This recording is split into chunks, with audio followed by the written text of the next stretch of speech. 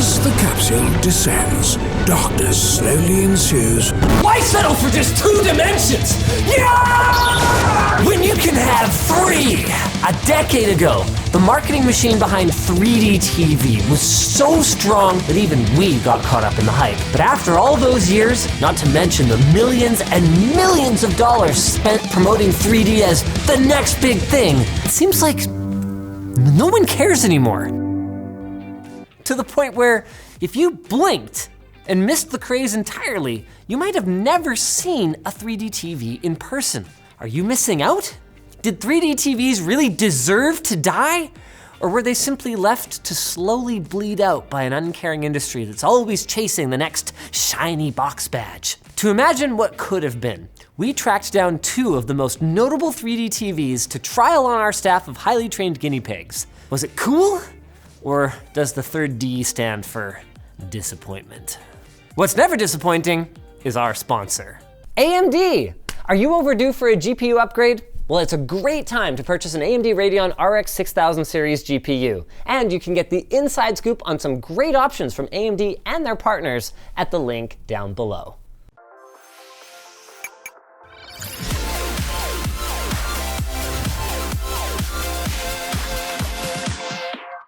In the late 2000s, 3D was picking up steam again as a cool, new innovation.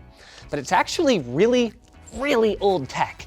Way back in 1832, yes, 190 years ago, Sir Charles Wheatstone invented the stereoscope, which used a pair of mirrors angled towards images taken from 2 slightly different perspectives to create the illusion of depth. You might remember these, and you've almost certainly seen one of these. Well, both of them use the exact same principle. But it's a bit of a lonely experience in here, isn't it? When the motion picture was created, people were eager to try and blend the popular novelty of stereoscopes and viewmasters with movies, resulting in anaglyphic 3D. These iconic red and cyan glasses have become the de facto symbol of 3D, but while they were super wowzers for black and white movies, they significantly degraded the experience of your newfangled Technicolor movies. Of course, we've come a long way since then, and thanks to light polarizing glass developed by Polaroid that allowed both convincing depth and full color, 3D films would surge back at least 3 more times. First in the 1950s Golden Age, again in the 80s, Jaws, 3D, the third dimension's terror. And finally in the 2010s, spurred on by your favorite big blue aliens. No, not those ones. These ones. The difference, they said, was that this time you could bring the immersion home with you. Jake, get over here. Oh, yeah. I expected an action tumble over the couch, but that's pretty good.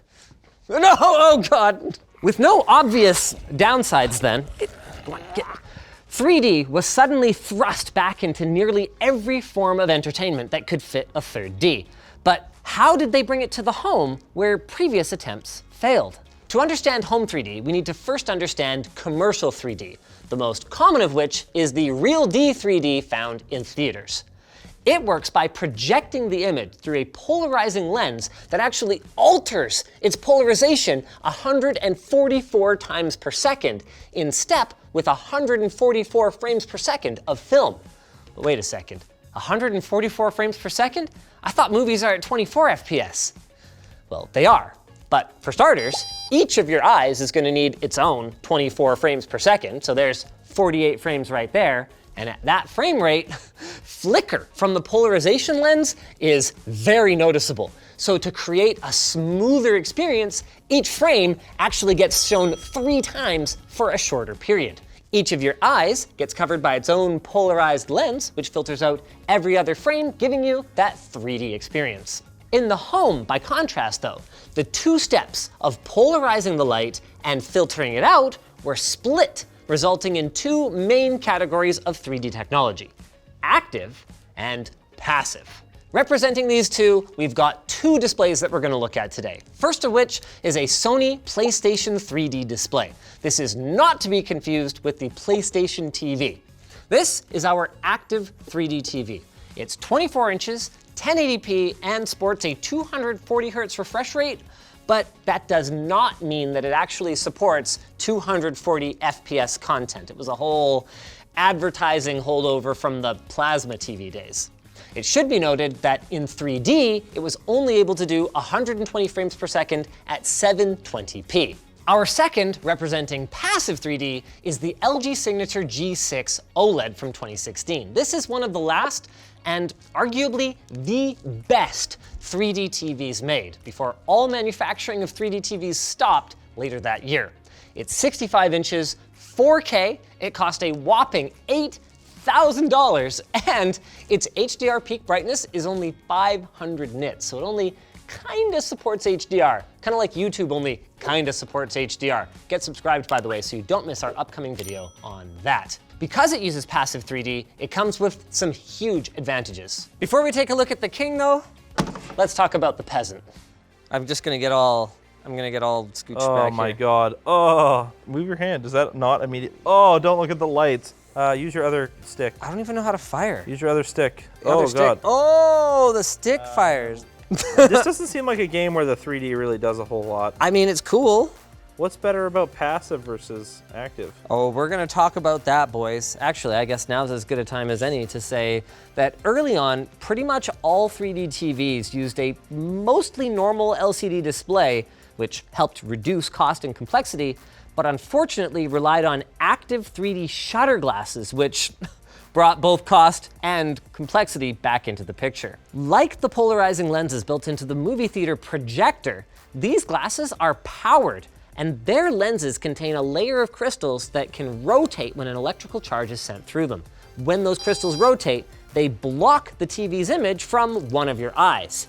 So, if you sync this up with a high refresh rate display that alternates between the views that you're supposed to see, the left and right image, voila! The brain does its magic, producing a 3D image.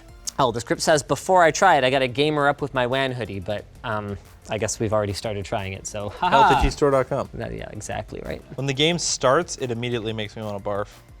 Okay, oh man, so you keep saying stuff that's like, wow, this is a perfect time to transition into the next scripted bit. Fine, let's just do it. The issues with these passive displays and active shutter glasses are many. First up, the powered glasses need batteries, thus needing to be recharged. They can also suffer from wireless interference if you block the sync transmitter that's either on the display or as a separate piece of hardware. And many users complained about comfort and flicker, especially if there's any other light in the room. Oh, don't look at the lights. Finally, of course, they're expensive. Displays that relied on these kinds of glasses for their 3D effect would sometimes come with a pair or maybe two included in the box, but if you wanted any more than that, they would run you anywhere from $50 to over $150 each. Not that you were likely to need more glasses. The impressive library of about 60 3D games for the PlayStation 3 pales in comparison to its overall library, and notably includes very few multiplayer titles. In a nutshell, PlayStation 3D had many of the same pros and cons as NVIDIA's 3D Vision for PC gaming.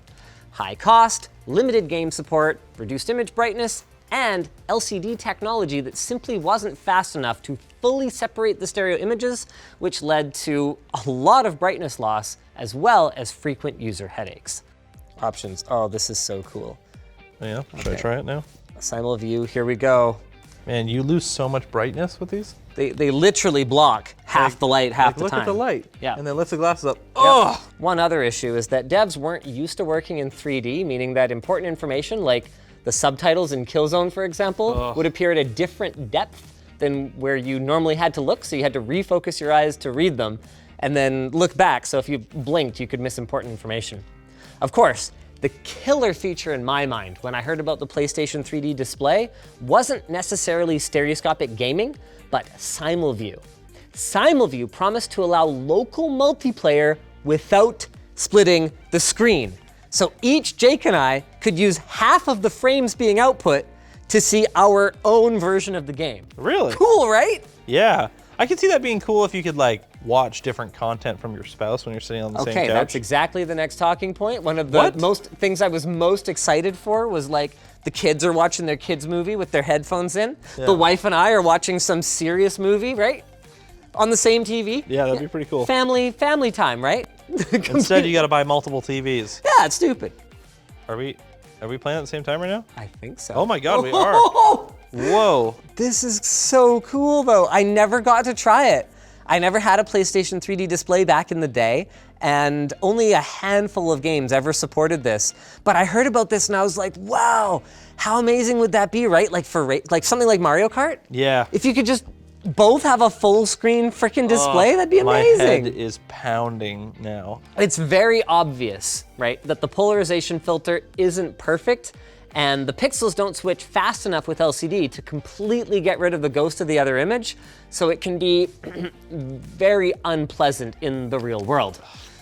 Because of the hard to ignore downsides of active 3D glasses, this tech ended up pretty much completely abandoned. So then, how does the passive alternative fare?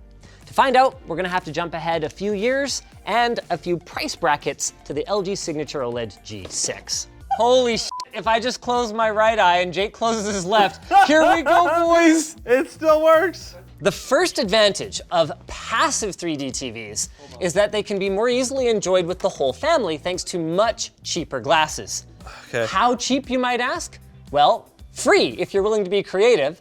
This is a pair that Taryn actually liberated from the movie theater, and they work just fine. We're supposed to try it with a Blu-ray first, but Jake already got ahead of ourselves a little bit and tried just closing one eye to see half of our Killzone game, and it's like, how well does this compare to Shutters? Yeah, way better. The brightness isn't crazy, but I can screen peek so easy. Well, it's co-op, We so. can show the camera this though. Oh, Linus, this looks so cool. I know it does. Here's the thing, Jake. I was a 3D nerd, but Really? yeah, the problem is that the active shutter glasses gave me just a splitting headache. Like I wanted to love it.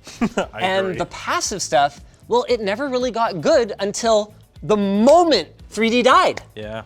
This came out, like in the body of 3D was twitching, and this TV was its last spasm. And it finally got, not good, but great. Okay, here we go, you ready? This doesn't look that 3D to me. I can't tell. I mean, it does kind of look 3D. There's definitely stuff popping out, but I don't think that I would call this a very satisfying experience. Well, we have Blu-rays. Yeah, but I really wanted to see something that I think is actually gonna look good, and Titanic definitely won't. Independence Day Resurgence, I mean, I don't think that even looks good in 2D. Hey, roasted. Can we put them on a USB stick and just plug it into the TV? Oh my God, maybe. That's a thing. That might be a thing, Jake.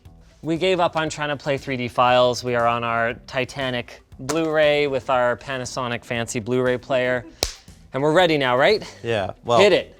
Well, wait, is it my control or the, Yeah, press 3D. Oh, wow. wow. I don't know if this is the movie I would go watch in 3D. Like, ooh, wow, the people are coming.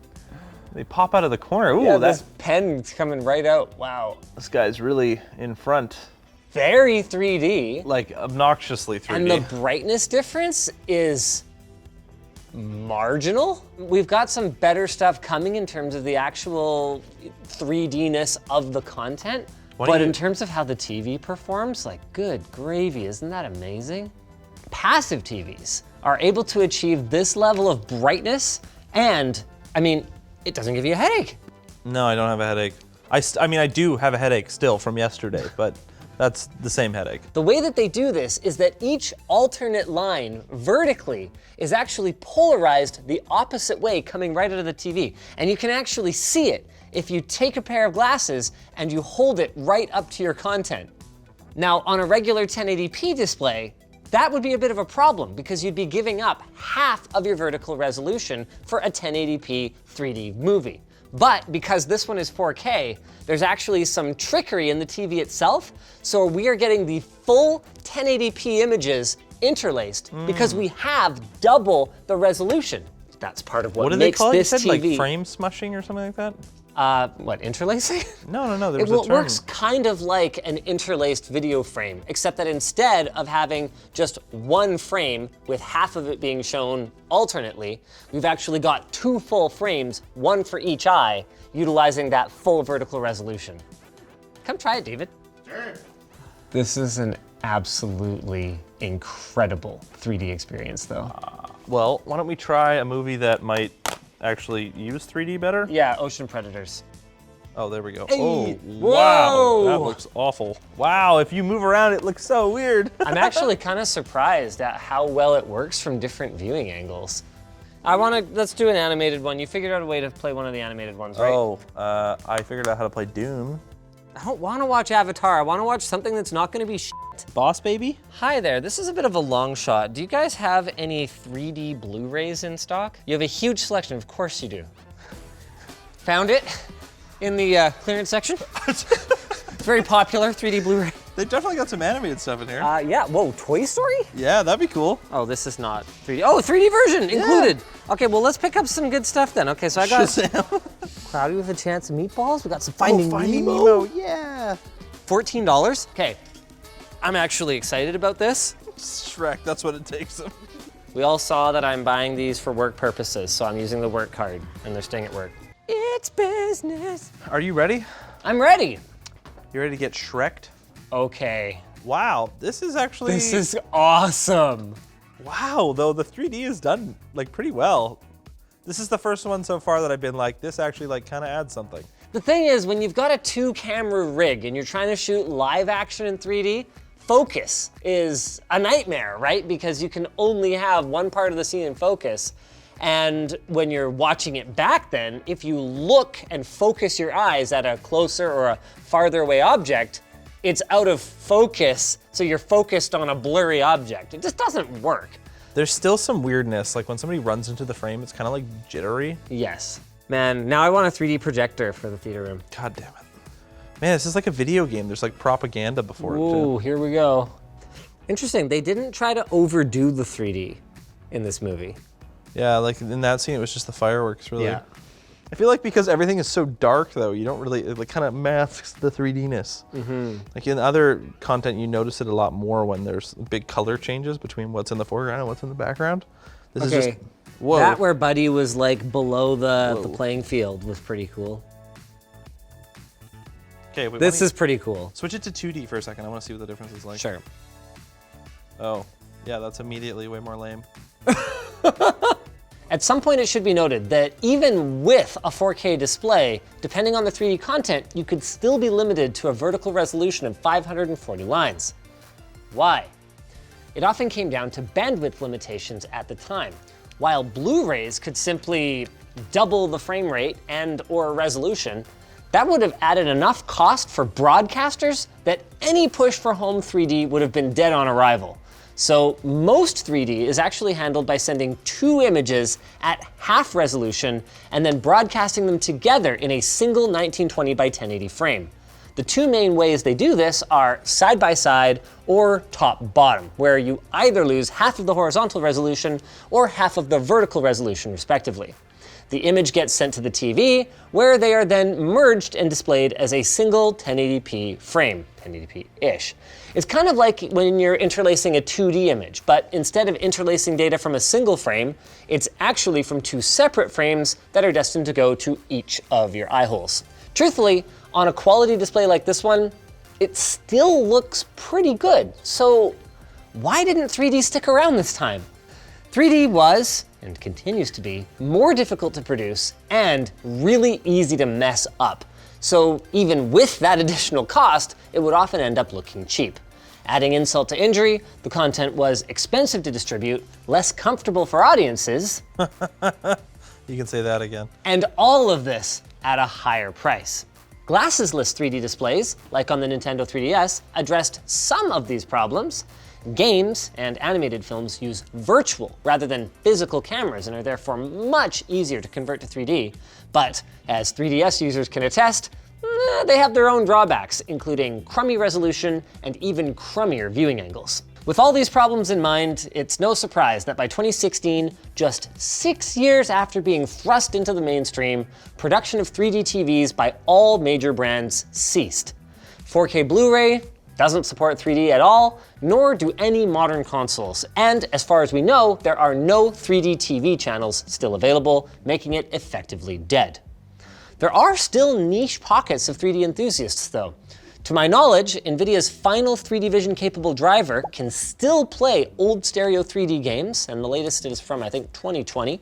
Voodoo apparently still supports 3D, and these current model projectors from JVC still include robust 3D support for the handful of 3D Blu-rays that are still being produced. But due to the complexity of shooting live action films in 3D, many of them have 3D implemented in a way that's just kind of cheap and gimmicky looking because it's added in post. So it's in the script. I doubt they sell very well, but we know that for a fact based on having actually gone to the store. I don't know, maybe the new Avatar is gonna kickstart another 3D renaissance? I don't know. They have a kid now, and there's water. Seems compelling enough to spend 13 years of your life working on, right? Oh, maybe we can buy another $8,000 TV. Right? Or maybe you could be compelled to spend some money on our sponsor. Jackery. Jackery makes solar-ready portable power stations designed to improve life on the go by providing that sweet, sweet power outdoors whenever and wherever you need it. Their Explorer 1500 portable power station has enough juice to keep all your devices moving like jackrabbits. Its huge 1500 watt-hour capacity and 1800 watt output rate allows up to 7 devices to be plugged in simultaneously. And it only takes 4 hours to charge from 0 to 80%, so you can keep living large off the grid. So check out the Explorer 1500 at the link below and get 10% off with code LinusTechTips. If you like this video, check out our video on the Looking Glass holographic monitor, another attempt at making game-changing